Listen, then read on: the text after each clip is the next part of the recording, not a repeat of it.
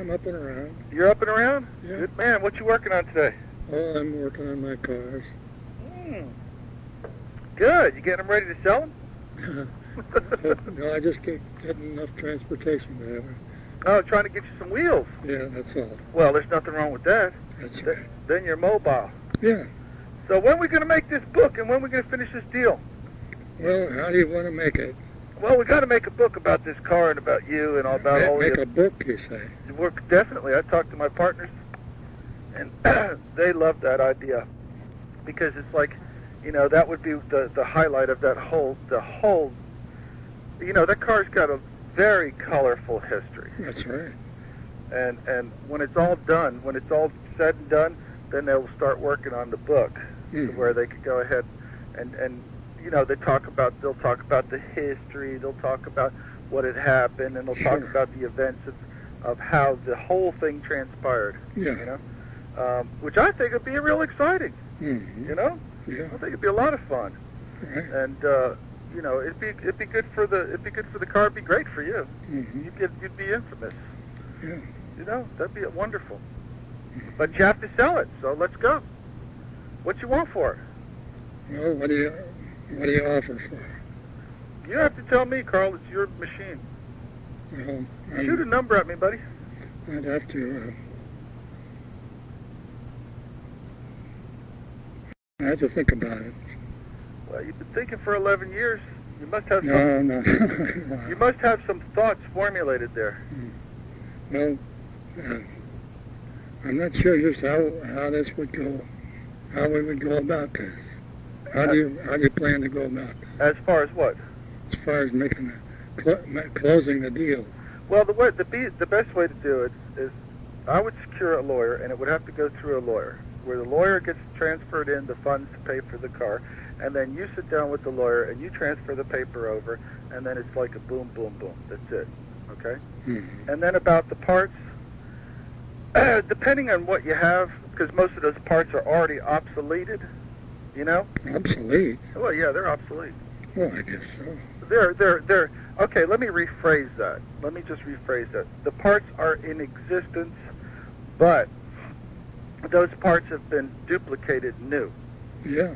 So since they're duplicated new, you know, we might just hold on to the parts and you know, build another car as a replica with that other number. But that's down the road. Or else just, you know, give them the parts and be done with it, and then, you know, see if we can get some royalties on that book.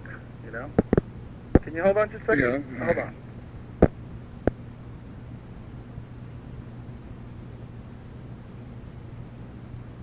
Yeah. So anyway, what we have to do then is just, you know, I would say just, you know, let's figure out the price. How much are you thinking? Well, it depends on what's all involved.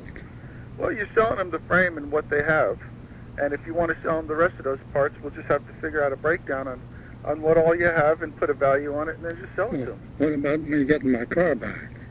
They're not going to do that. You see, that's the problem. I mean, it's just... Why not? You want to buy it back? I should buy it back, my own car? Yeah, because it's not the car. What we sent them was a frame. Okay? A lot more than that. Well, remember the pictures I What gave do you? you mean what we sent them? Yeah, what was sent over. Okay, you didn't send them. I sure didn't. Right. But what was sent over was a rusty frame, a bashed-in nose, the aluminum flooring was in it, the back section was in it, the tail of it was cut off, the steel frame was cut, you know, the pieces that hold it together were cut, and sawed off, you know, at the back, and then there was a gearbox in the very back. The transaxle was in the back of it. There was no axles. Who did all this? Huh? Who did all this cutting? I don't know, but that's the way it was. That's the way it was when I got it here.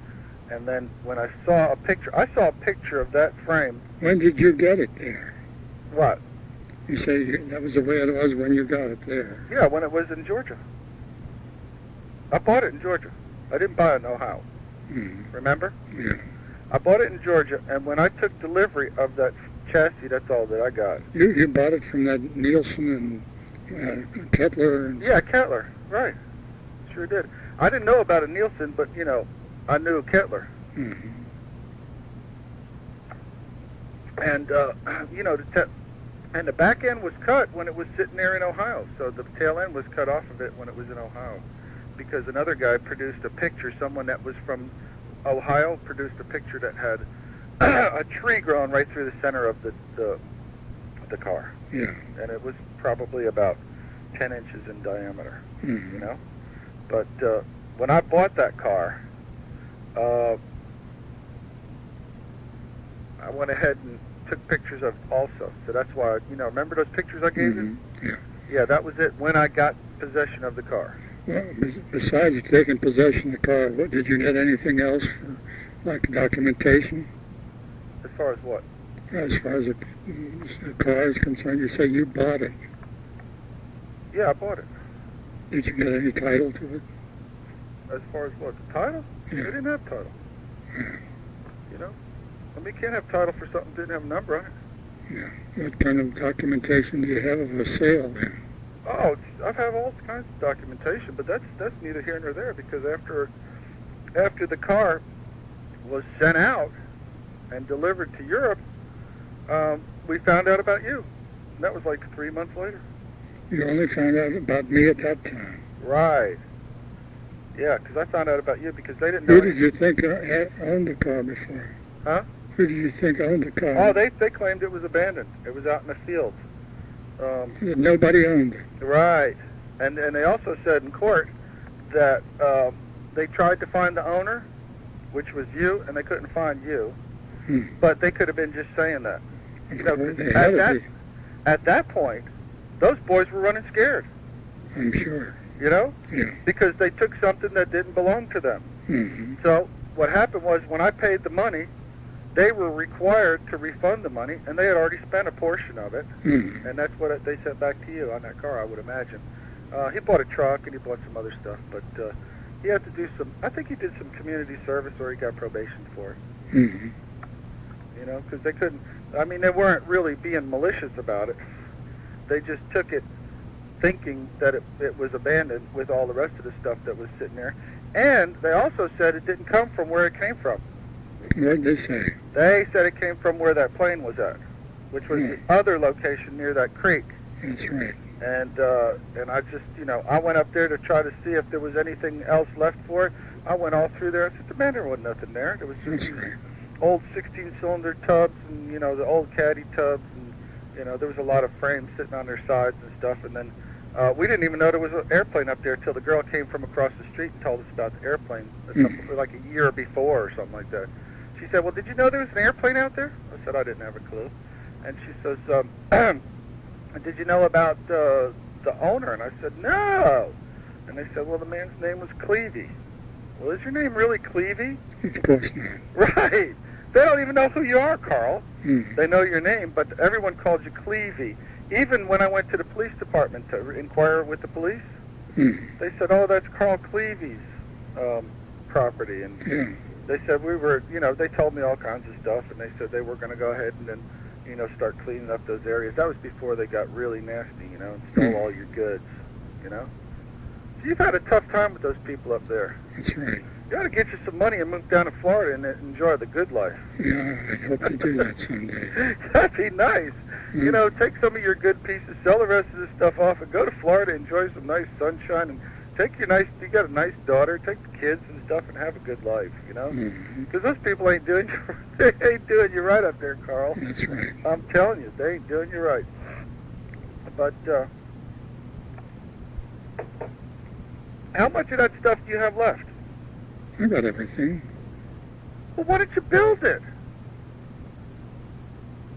Well, we got to see first how we come out with the original.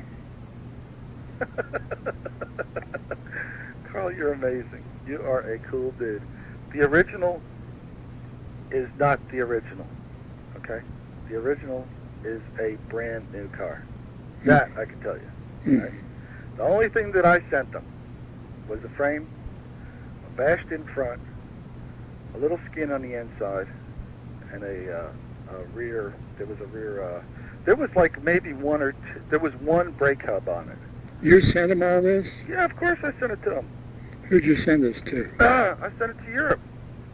To Sweaters? No. To Michel. To Cruz. Yeah. I've known Michael since he was, probably 25 years old. Mm-hmm. Yeah, I've known him 10, 12 years before I sent that stuff over there.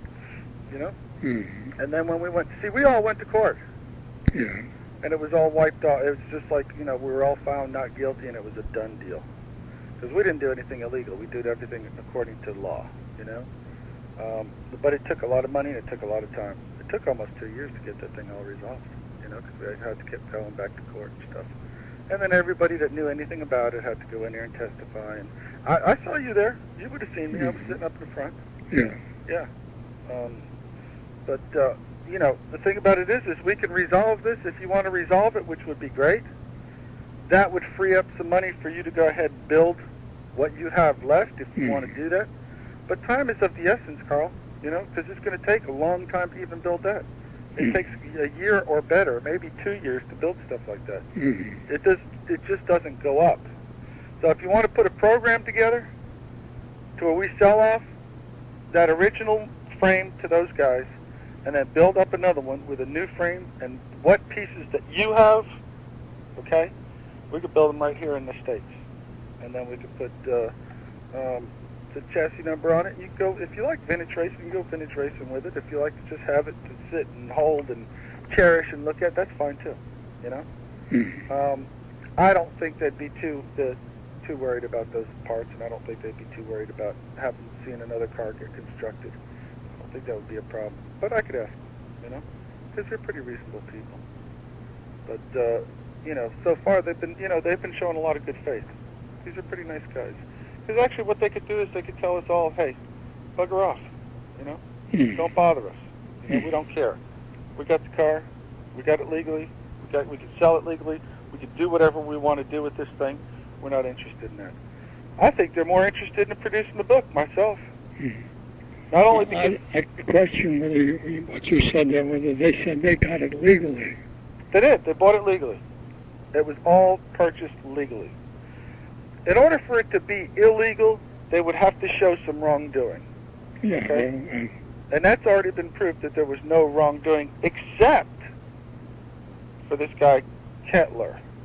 Okay? Why would they explain that it was sent to so many other ports before they took it into Belgium?